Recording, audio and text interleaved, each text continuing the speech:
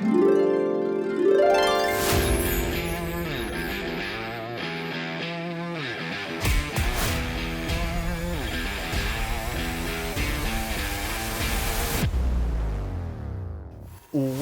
one and all to Everything Under the Sun Belt, a college football podcast. We're back for episode 3.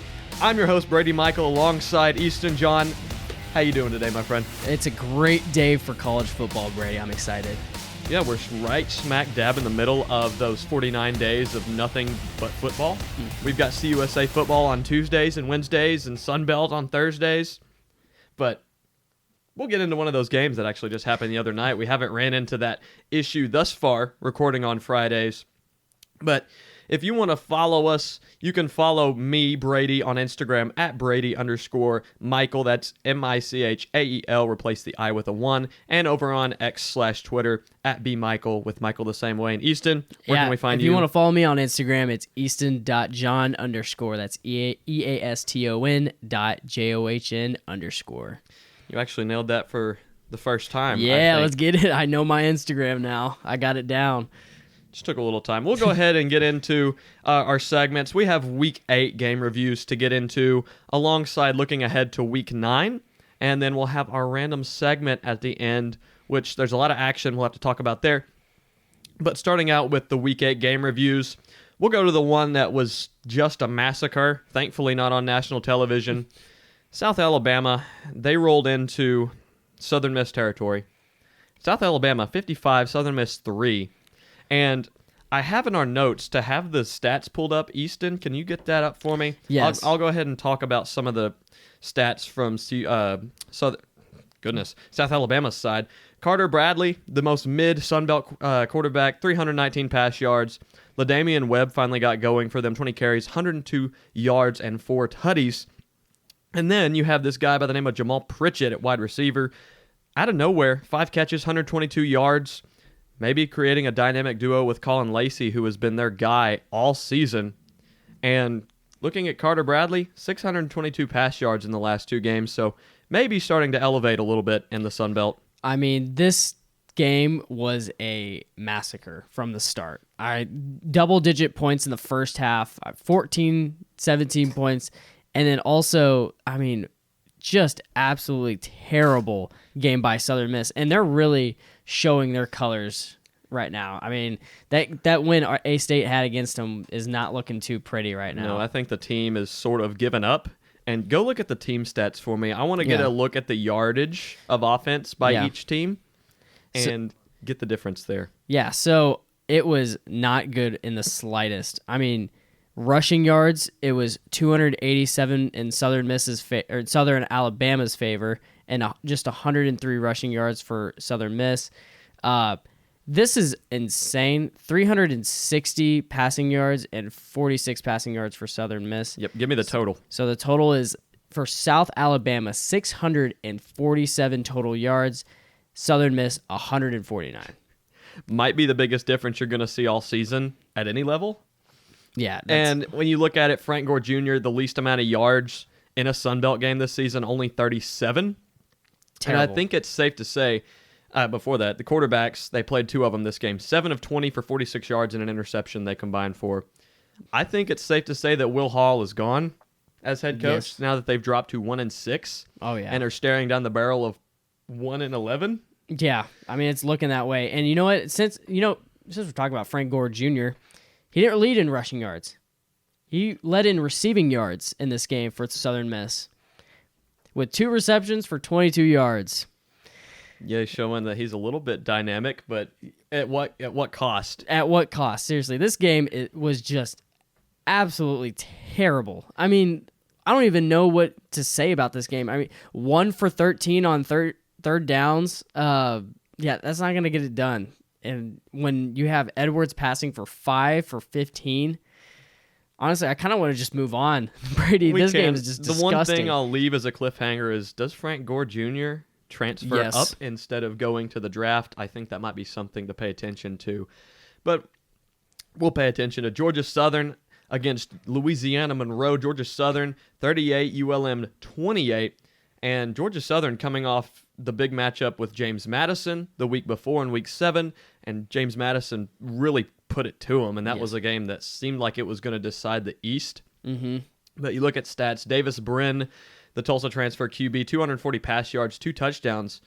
And when you're winning with him putting up that little, it doesn't. It When doesn't you make look sense. at the last game, Yeah. and then you have 46 pass yards, it's like, wow, that's not a lot for Southern Miss. But Mm-hmm. for Davis Brin, 240 is a small number of pass Mm-hmm. yards. And it's mainly because Jalen White, their running back, 164 rushing yards and 2 touchdowns. And then you look at Georgia Southern's defense, they had 6 sacks as a team. And really just the balance of offense defense kept them ahead in this game. And, Caleb Hood, he found the ball to that game. He Mm-hmm. had 98 yards and an average of 12 yards per attempt, and he was a big target for Bryn in the Golden Eagle, or for the Eagles. Yep, and he, like you said, led the team in receiving yards. Derwin Burgess right there behind him. That's kind of they've been going back and forth all season. Mm-hmm. And we've spoken on dynamic duo with South Alabama's receivers. That's another one to look at. And then you look at ULM. They brought in a freshman quarterback all of a sudden by the name of Blake Murphy, and he had a decent game. Right. 18 of 33 passing, but 320 pass yards. Some of that credited to them trying to get back into the game, so they were forced to pass. And it's also because they only had 28 yards on the ground. Yeah, I mean, I 100% see Blake Murphy starting next week against A-State, or I guess this week against A-State. ULM made this competitive. They in the first half, it was not looking that way. Right. But this is the problem that I have with Georgia Southern, is that they'll get these big leads in the first half, and then once the second half comes around, they feel it's just like they're not all there, and It'll overconfident, yes, maybe. and it seems like the other team is making more adjustments in the second half than they are. It looks like that because ULM, they consistently scored in each quarter, and they made it competitive. And then Georgia Southern just falls off in the third quarter and the fourth. So, Georgia Southern's got to get that figured out 100%. Yeah, and it's not that Clay Helton is not capable of making mid-game adjustments, but maybe it'll come down to where they have to. Yes. We'll look ahead. Old Dominion and App State. And now, go back to episode 2. I was giving Old Dominion, we were both giving Old Dominion a hard time. Right. And they come off a 28-21 win over App State. Yeah, I mean, big win for Old Dominion, 3-1 in conference now, Which is wild. Yeah, I mean, what a turnaround for them. It looks like they've established that they're going to be a running team. Callaway looks very good. I mean, when you're averaging 8 yards per carry, but also your second running back is averaging 6 yards per carry, that's a great dynamic duo that you have. And if you look at it like this, 4 times 3, Brady, 12. So that's a first down. If you're averaging 3 yards per carry or more, that's first downs, and that's productive work right there. Yep, if you just want to keep chugging. Kadarius Callaway, former Alabama commit, and then Keyshawn Wicks, a guy that I believe has also transferred in. Mm-hmm. But you look on the defensive side, Jason Henderson keeps racking up just a boatload of tackles, 16 in this game. And if they make a bowl game, which is something I didn't think I'd say, he's on pace for 200 tackles. That's crazy. Which I don't know how many times that's been done. But you look at how they won this game. Keyshawn Wicks, he scored a touchdown with 48 seconds left in the game, and then they got a 2-point conversion to put him up a touchdown. Flipping over to the App State side, Joey Aguilar, 252 pass yards, 2 touchdowns. And then they've had some injury issues at the running back position. Nate Noel's been out a couple weeks, and so insert Kane Roberts, a freshman running back. He had 109 rush yards in his first game as a freshman starter. But the story of App State, is this the worst we've seen of them since they've been in the Sun Belt? Yes, 100%. This is not the usual App State that we're used to. Last year, I mean, they were the headline for the Sun Belt. Right. They got A&M win. Yeah, exactly. They got College Game Day to come to them. But this year, they have just fallen off the face of the planet Earth. I mean, they've just not lived up to expectations. And I feel like a lot of that can be credited to the East being stronger than usual, because it's not just James Madison. Now Old Dominion is coming out and actually showing up. Yeah, Marshall's there. Georgia Southern. Georgia Southern. Like that East division is very competitive. I think we almost named every team in the East. I think we just did. I think we might have just done that. But let's shift down. Speaking of another Eastern matchup, JMU at Marshall. This is a game that a lot of people had their eyes on. Matt Berry and Dan Mullen had the call on this one on a Thursday night. JMU 20, Marshall 9. You look at Jordan McLeod, a guy that we've been really critical of as a dual threat quarterback, 21 of 31, 264 pass yards with a touchdown, an interception, and he also had a touchdown on the ground. And here's a man that I really want to focus on, and his name is Jalen Green. Now, after seeing the stats that he put up in this game, I went and watched the game film because I didn't actually get to watch this game. And he was getting pressure, I would say 9 times out of 10 on Cam Fancher. And he finished the game with 5 sacks in one game, 100% a JMU record. I'm not even going to look it up. Just accept that as fact. 100%. And he has now 13 sacks on the season. The team as a whole had 8 sacks.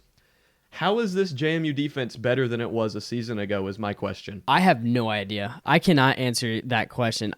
We're talking about, I mean, the East is so competitive, and they have great players. And the fact that JMU is coming in here and just off the bat, just dominating every team, it's crazy.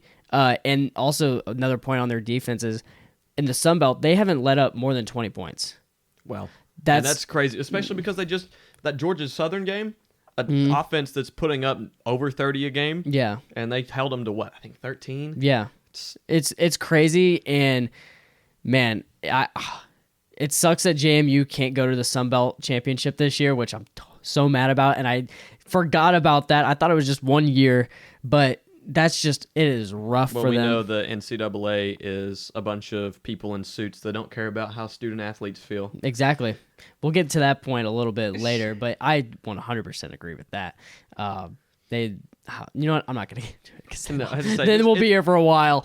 Their defense getting better. Shift back to that. It's just a lot of credit to their defensive line. And also defensive line and also defensive coordinator. That is a tough position. That is a tough position to have whenever you're coaching. And the fact that he has got this down to a T, and not only in year 1 but also year 2, it's fantastic.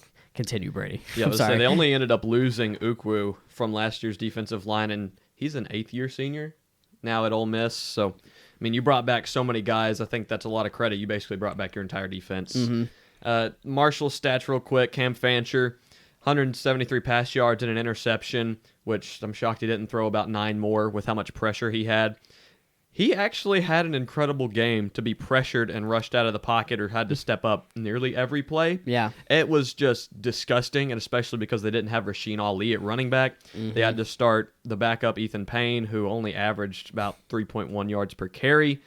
And I'm looking at the rushing yards for Marshall. Yeah. Cam Fancher, minus 66.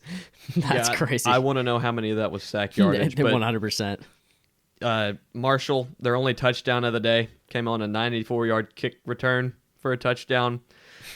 So JMU's defense still only allowing 3 points in this game. And honestly, no, it was 2. They had that was the safety. That's right. It was a safety. So they really didn't allow any. No, they didn't really allow any points. It was just their defense actually scored. The defense scored that. Oh my God, that's funny. But man. Also, Marshall's secondary has to get better. You cannot have Reggie Brown having 6 receptions for 126 yards and an average of 21 yards, a touchdown, the longest being a 53-yard tutty. Reggie Brown becoming McLeod's favorite target, and he's a receiver with a good frame on him, might have NFL potential. I know he is an upperclassman, so we'll see what his future has in store. I think a lot of people should take a look at this JMU team and say, well, maybe we should draft from them. Maybe they should steal their defensive coordinator and take him to the NFL. Maybe, shoot. But Georgia State, Louisiana, we'll shift gears here. Georgia State 20, Louisiana 17, a game that was a little bit closer than I expected based on how up and down Louisiana has been. You look at Darian Granger. Really solid game completion-wise, 17 of 22, 211 yards, 2 touchdowns, and they had 110 on the ground from Marcus Carroll. And the only reason they won this game is because they had a 20-point second quarter. Did not score in any other aspect of the game, and their 6-1 start, if you don't look at the game against Georgia Southern from last night as we're recording this, is the best start in school history for Georgia State. That's crazy. And you know, and this is another defensive team that I'm Georgia State, man. They got a lot of 3-and-outs in this game. And for their offense not to rebuttal and what's the word that I'm looking for? Just produce Points after those crucial 3 and outs is nuts, and you got to give their defense a lot of credit for in this game, because that is a close game, and for them to just score 20 points in the second quarter and then just go goose eggs in the first, third, and fourth, man. But Louisiana, they kept chipping away, and they didn't give up. And, kudos to Chris for rushing for 119 yards. I mean, it looks like the Sun Belt is just a bunch of running backs that are put up at 3-digit yards every single game. That's their quarterback. No, it isn't. Yes, oh, it my is. gosh. Yeah, it is. Shoot, I'm so dumb. But, yeah, I mean, it looks like, that's pretty Yeah, good. I have in our game notes here, when you take away Chris's rushing yardage, the team only had 46 rush yards in this game. Yeah. And so they still, despite having a couple running backs that have been doing a fine job, you look at Cabote is the team leader in rushing, they still don't have a true identity when they can't run the ball. Right. Because Chris is not a passer. We've learned that. He can, but it's just not a lot. his game, and he's still got a lot to develop there as a new starter. And Louisiana, another team that's going to be fighting for bowl eligibility in the West. So we'll see if Zion Chris can get it figured out, or maybe Louisiana can get a rushing game figured out Maybe. at least more consistently. And then the game that we both got to witness live was Coastal Carolina beating Arkansas State 27-17 on homecoming, no less. Grayson McCall, before getting knocked out of the game in the third quarter, was 24 of 28, bouncing back from what has been a really off year for 244 yards. And if you want to look at that, excuse me as I bump the microphone, if you want to look at that injury briefly, that was one that looked a lot scarier than what it came out to be. Yes. Because thankfully he was okay on Sunday. Yeah, I mean, that was a very scary injury. Luckily, it looked like he just slid and sort of got bumped, and his head hit he hit the turf really hard. Like, his head hit it hard, and definitely, I don't know what happened. I think they cleared him, and, like, he's good. He's going to be in concussion protocol for a week. It's just a concussion, but, man, could that have been bad? A-State, man, I don't know. Their defense is, for Grayson to throw for 24-28 is unbelievable. He only missed 4 throws. Yep, and here's the thing, as I think about 3 of those were drops. Yes, I think they were 2 or 3, and Sammy Johnson was the one that caused the other 2 incompletions. Yeah. On knockdowns. Yeah, crazy. And then Max Balthazar, maybe one of the greatest names I've heard come over that the speakers in the stadium. 4 carries, 79 yards, basically 20 yards a carry. Don't need to get into that, but Coastal's defense did just enough to clinch this game. And when you look at both sides nearly getting into it when that McCall injury happened, that didn't help the momentum shifting between the teams, because it felt like Arkansas State could have taken advantage of that. Exactly. And it sounds awful to say, but when it I comes know. down to it. And I totally agree with you. And I said this on another podcast, like, how come A-State didn't capitalize on that, on Grace McCall getting taken out of the game? I guess they did a little bit, but, dude, I can tell you why they didn't. It's because they have a huge running back in Balthazar that's just unbelievable, and and when you have a running back like that can take control of games when, hey, maybe your quarterback's not doing the best, he can get the job done. And Coastal Carolina absolutely steamboat A-State. Yeah, in this their game. offensive line not too pleased after that injury, which Yeah. I think led to a little bit of that. Yeah. But Arkansas State also has a running back that can help take over a game, and yet Jaquez Cross only had 6 carries in this game. No. And that's something that I stare at and I just question.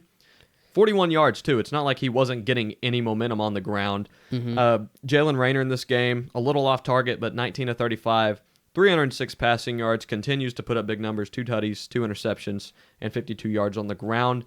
And you look at Corey Rucker and Courtney Jackson. Courtney Jackson's starting to become a really reliable target, and Rucker's starting to develop his hands again. I think the cement's starting to fall off of his hands. I mean, it's, you look at the numbers, they look great.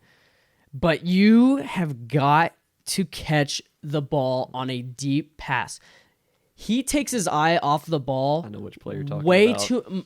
You're talking about the one that left sideline in the left corner or something like that. I don't know. It was in the back of the end zone. Back of the end zone. You have got to stop. When you look at the ball, just keep your eyes on it and just don't adjust last second. Keep your eyes on the ball like an outfielder would and just find a way to catch it. Because when you turn and you take your eyes off of a ball, Brady, you're done. That's what in baseball. I played baseball. I played outfield. Once you took your eyes off the ball, you're done.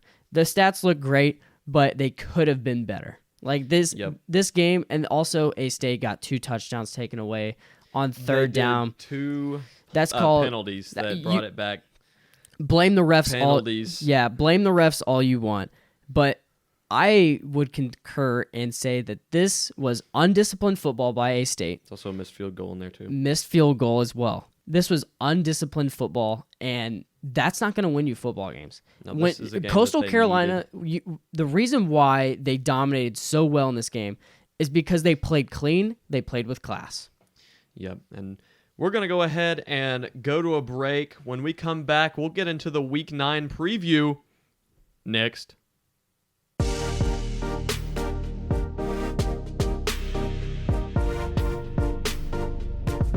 ASU-TV, shows like Red Wolf Roundtable, ASU-TV News, Westside Football, and more. Gain real-life experience while doing what you love. Get involved with ASU-TV today.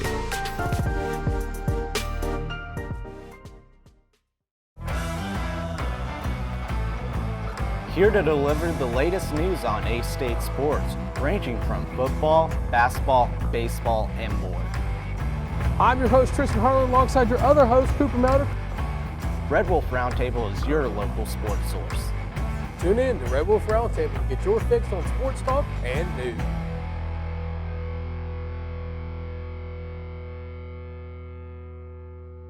Welcome back to Everything Under the Sun Belt. We got a Week 9 preview to get into and one Week 9 review because Georgia State played Georgia Southern, and I don't know what they call this rivalry, but it's definitely one.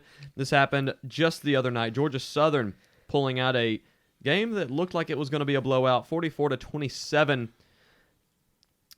their own stadium. Not much to say, but a big thing to say.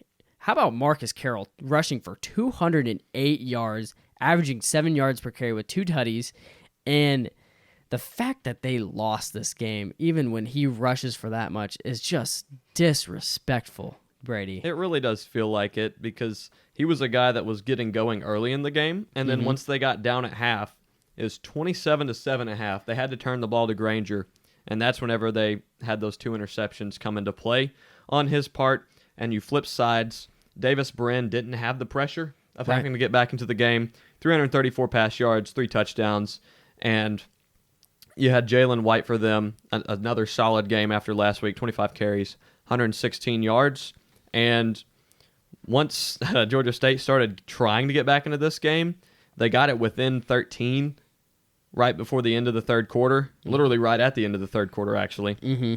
Georgia Southern realized that it was just time to put the foot on the throat. And then you also had a Marquise Watson-Trent 50-yard pick 6 in the fourth quarter, thanks to Mr. Darian Granger, and that was pretty much the nail in the coffin for that game. I mean, another moment where Georgia Southern almost loses the lead there a little bit. Kind of got a little close when they're absolutely dominating, you know? But yeah, I mean, you took the words out of my mouth. This was a dominated game by Georgia Southern. It was a clean game. That's why they won. Georgia State, man, they just got to find something. I don't know. Their rushing is unbelievable. So. Yeah, and I mean, it's not like they're looking down at a bad season now, but they have lost the position for second in the East because now Georgia Southern will be sitting right up there behind JMU already with the loss, so there's really nothing they can do except hope JMU loses 2 games, which is not going to happen. Probably not. But going ahead and looking at the games happening this weekend, the Southern Miss team, 1-6, 0-4 in conference, they're going to App State, who desperately needs a win to try and stay bowl eligible, or at least get to that shot. Game's at 2:30, and App State favored by 17. You look, and Coach Will Hall for Southern Miss has a QB controversy that he's mentioned between Wiles and the other guy's name is not in my head, but does it even matter? Really? No, it really doesn't. I think Southern Miss this is going to be a game that App State should dominate 100%. Yeah, it might be an interesting uniform matchup, but that might be the coolest thing happening in this game. Two gold and black teams playing each other. Now, App State doesn't have a great run defense, so maybe they can get Frank Gore Jr. going at least a little bit. Probably not. But I don't think it's going to matter. No. I really don't. Joey Aguilar, almost 1,800 pass yards, 16 touchdowns, 5 interceptions coming into this game. Storyline for App State, Nate Noel, their running back, likely a game-time decision. And if I'm the head coach of App State, I don't play him. I'd save him. And it's a chance to right the ship, try and get back to 500 against a team that barely has a pulse. Exactly. And then speaking of teams that need to get above 500, A-State versus ULM. This is a game A-State needs to win because it's getting close, and you need 3 more wins for a bowl. And this is one game you have to take advantage of. Yes, this is a must-win, and it's a cliche saying in sports. Arkansas State 3-4, 1-2 in conference. ULM 2-5, have not won a game in conference. They're 0-4. This game's at 4:00, and we had this issue a few episodes ago talking about who's favored in a game with Arkansas State. ULM opened the game as a 2.5-point favorite. That's crazy. Well, we saw what happened when UMass was a 2.5-point favorite. Correct, and I think the line has been shifting because it did go down to 2. I'm going to pull this up as I speak. No, it's still at 2. It's still 2.5. But anyway, let's talk Jalen Rayner. 60.5% completion on the year. He's got 12 touchdowns, 3 picks, 246 yards on the ground. We talked about the lack of Jaquez Cross attribution in the last game. Get his dosage up. This ULM team cannot defend the run very well. Hey, Brady, can we do... Yeah, Easton. Can Arkansas State please establish an RPO? Seriously. Seriously. We saw it work in the UMass game. Exactly. Use it. You have it. You have Jalen Rayner, who is he's a great quarterback for the Sun Belt. And you have a running back that's also very good. And very fast. Exactly. So use them, please. Yep, I think of the one play against UMass where it was an RPO handoff to Zach Wallace. Rayner kept it, and then all of a sudden you see Rayner running to the right side like he's going to take off with it, and then all of a sudden he pulls up, and then you had Adam Jones wide open on the right sideline. Do the thing that works. Do more of that. Yeah. All right, next game, Anyway, please. no, hold on. Blake Murphy, if he gets to start this game, the freshman quarterback, I watched the film from them last week. He has a really strong arm. We're talking 50, 60-yard bombs. He can throw, so you don't want to let him beat you over the top. But if you get pressure on him, he's pretty trigger happy, and that's what you're going to get out of a freshman. He doesn't go through his progressions very often. Not that his offensive line will allow him to, but you look at ULM's defense, they caused issues for TJ Finley and Texas State in Week 7, the best offense in the West. Right. So you don't want to let their defense get momentum because that is at least something they have right now, and their defense does not have sideline-to-sideline speed. So use Cross. So use Cross, basically, bottom line, use Jaquez Cross, please. please. All right, Louisiana Lafayette. They're 4-3, 1-2 in conference. They're going down to play South Bama, who's also 4-3 and 2-1 in conference. This game's at 4:00 local time. South Alabama favored by 10, and it goes back to what can Zion Chris do for Louisiana. 906 pass yards on the season. He has not started all the games, so don't freak out just yet. It is a low number. 8 touchdowns, 5 picks. Find some consistency with him. Get him some short throws if they'll allow it. But they really need to get the ground game going to drain the clock in this game because South Alabama will pick them apart if they don't. Right, and I think South Alabama is a pass-heavy team. I mean, averaging 270 yards passing, and then also, Louisiana letting up 216 passing yards per game. That's going to be tough against them. So I see South Alabama absolutely dominating against Louisiana. It really depends which team shows up for Louisiana. They beat Texas State a few weeks ago, and then they just come off the loss to Georgia State. If South Alabama doesn't allow them to get the run game going, we've seen that Zion Chris can't win them games. So it's also going to come down to Carter Bradley for South Alabama not making bonehead decisions.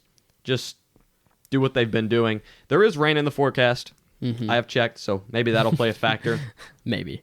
Another 4-3 versus 4-3 game. Marshall at Coastal Carolina. And this is going to be likely the battle of backup quarterbacks. So for Marshall, Cam Fancher, He was getting banged up against the JMU team, as we discussed. He's likely questionable, and the same goes for their running back, Rasheen Ali. So who's their backup, you might ask? His name is TJ McMahon, and in 2022, he had a 60.2% completion clip. Solid. 2,100 yards. Solid. 18-14 touchdown to interception ratio. I mean, that's pretty good to see. I mean, this is gonna that's pretty good. No, I'm just kidding. Nah, this is gonna be a very interesting game because you're gonna have a lot of backups in. So this game is definitely up in the air. They have Marshall as a 3-point favorite. I can't believe it's that high. It's down to 3. It was 4. It was so that's 4. interesting. This game, 5 o'clock on the NFL Network. I've noticed that that's a thing that the NFL has partnered with the Sun Belt because there's always one game every week. So True. The more you know, but you look at Coastal, they'll have Jarrett Guest. He gets to have his own guest show. Yeah, I guess so. This season for 528 yards and a touchdown in 2023, getting some backup time and then playing in the fourth quarter against Arkansas State. Mm-hmm. I think in this game it'll be the Marshall offensive line versus the Coastal defensive line because neither have been very good. Right. And if you can establish the run as your Marshall with your backup running back Ethan Payne and Coastal's defensive line only averaging like a sack and a half per game, Right. they're going to have to if they can get pressure on TJ McMahon, he'll give you the ball. And I'll say this one final thing. I think Coastal's run game is going to be a little bit better than Marshall's this game. So I think that's why Coastal will pull it out on this game. I think so too. It's also a home game. Mm-hmm. So, and they're going to have the anger within them that Arkansas State so happily designated for them. And then another game in the East, Old Dominion 4-3, 3-1 in conference. They're looking to get massacred at James Madison. Number 25, James Madison, 7-0, 4-0 in conference. This game's nationally televised at 7 o'clock on ESPNU. James Madison favored by 19.5. I only need to say this. JMU is going to win. They will. And That's my analysis, Brady. just a few stats if you'd be happy to have them relayed to you. Grant Wilson, Old Dominion's quarterback, you've seen their running game's been the only thing they're doing. He can't be relied on. Kadarius Callaway on the season, 41 carries, 458 yards. That's 11.2 yards per carry. They need to somehow tire out the JMU defensive line, which I don't think is going to matter because they're just going to have a carousel of guys rotating in and out anyway. Yeah. 34 sacks as a team this season, which is near the top, if not the top, in the NCAA. And here's the fun stat. It's like my defense in NCAA football. They only allow 36.1 rush yards per game. That's crazy. That is a wild stat. So this game plays perfectly into JMU's hands. If Grant Wilson can not die from the defensive line, then they might score. then they might score. Maybe a safety. I don't know. Maybe they could put up 2 points. Punter, player of the game. Punter. Game of the week. Troy, 5-2. This is the battle for the Western Division in my eyes. Yes. And it's both of the teams that we have predicted in episode 1 to win the West. Yeah, Troy, wow. 5-2, 2-1 at Texas State down in San Marcos. Texas State 5-2, also 2-1. This game's at 6 o'clock. Troy favored by 4.5. And the big thing about this game, Texas State coming off of a bye week.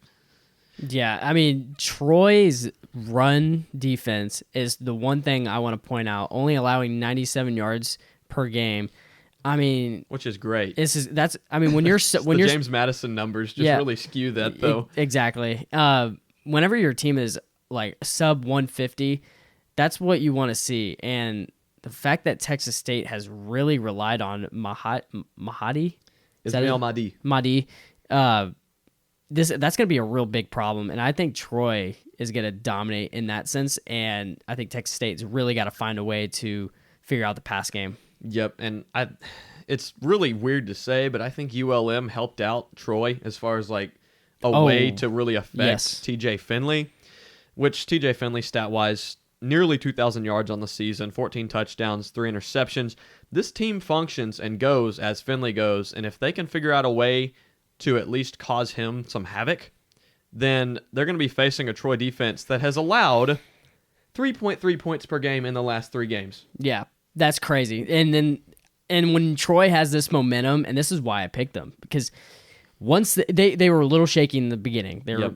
they that were Kansas State game probably dampened their momentum a exactly. little bit. But now, guess what? They're back in the Sun Belt. They're back in playing the Sun Belt, and they're getting this momentum, and their defense seems like they have it together. Yep. Whoever wins this game, in my eyes, will end up winning the West. Oh yeah, 100%. But it's more so if it's Troy. Yeah, Because if they can beat probably their toughest challenge in the West, then, I mean, there's it's not going a to be lot all uphill from there. right. And the key probably for Texas State, if their offense is not going to be very productive, they're going to have to limit Kamani Vidal and make Gunnar Watson make plays because Texas State's pass defense is kind of suspect. Mm-hmm. And it's just, I don't know. Yeah, and again, gonna I be a great mentioned ULM's defense helping out Troy. ULM limited to Madi to only 50 yards in that game. Really, that's crazy. I mean, when you shut him down, I mean, they still find a way to win. But Troy is a different beast. They're not ULM, and when you're playing a high caliber team like Troy, it's gonna hurt whenever you have your star player out of the game. Yep. And go ahead and shift gears here. I think Troy does win, by the way. Unfortunately, I think so too. It is in San Marcos. It'll probably be a sold-out stadium. I love San Marcos. Oh yeah, Like the town. It's a beautiful place. Yeah, it is. You want to go ahead and tell the people what our debate segment's going to be this week? So our debate for this week: biggest surprise in the Sun Belt thus far. Which works because we're just past the midseason mark. Right, exactly. So Brady, do you want to start us off? I can lead us off. I put down a couple things just before the show started on this, and the biggest thing, and this has changed since last night, so we're going to make a quick edit to the Google Doc. Georgia State starting not 6-1 but 6-2, contending for the East after so many down years, and I think a lot of it can be credited to the balance that their offensive coordinator has brought them this season. Granger being very dangerous on the ground and through the air, getting better as a passer as the season progresses, and now they have Marcus Carroll averaging a big amount of yards per game because the stats are not in front of my face. And then while it is a sore subject, the other thing that I want to talk about being a huge surprise is the drop-off of Grayson McCall.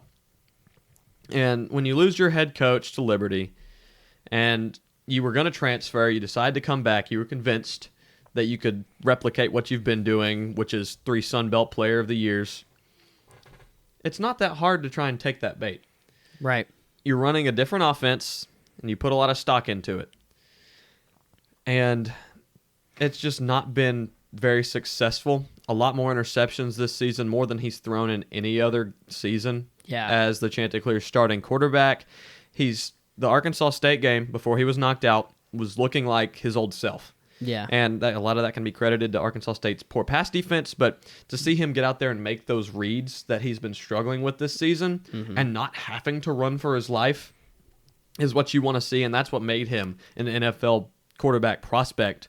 And if you can get more of that when he comes back, Lord willing, then look at him to be a day 3 pick in the draft probably. Yeah, I wonder how this injury could affect him in the upcoming games in the season. Because, wow, that's going to be a lot of football missed. And when you miss that much, you're going to be a little behind, right?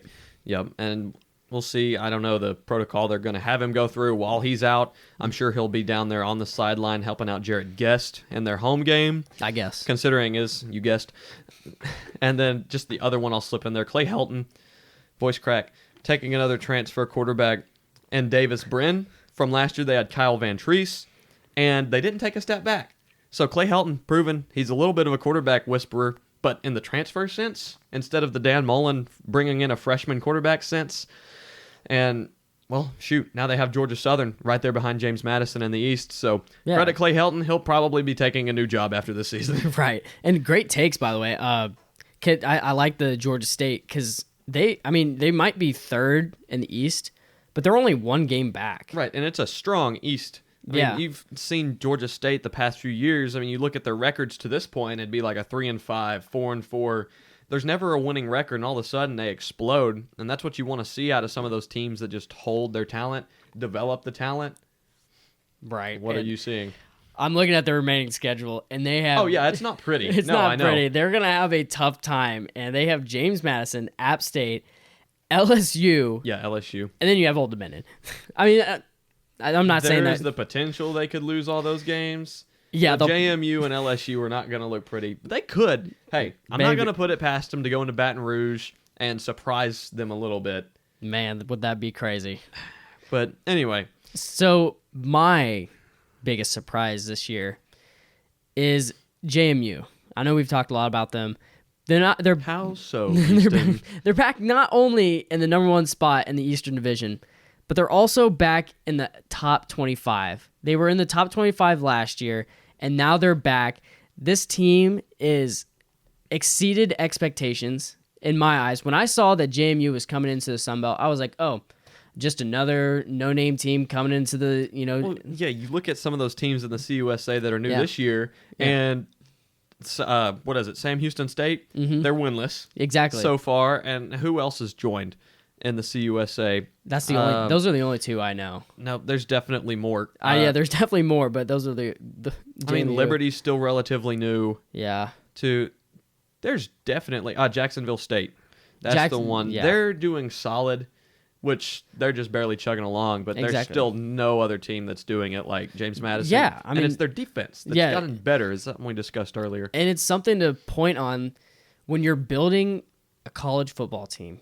You have got to have a solid defense, but also their offensive line has been very good. Yep. If you build your team A lot of old around guys. a grown man of a defense and a grown man of an offensive line, your team is going to be very successful because you're also protecting your quarterback. You're giving him time with the best guys around you. But also, if you give up the ball, if you punt it away, your defense is great and they'll get stops for you. So if you build your team around that, I feel like it'll be successful. And that's what I've noticed with JMU. Yeah, and I just have been crediting the defense. You look at the offense too. They lose Percy Obase from last year at running back.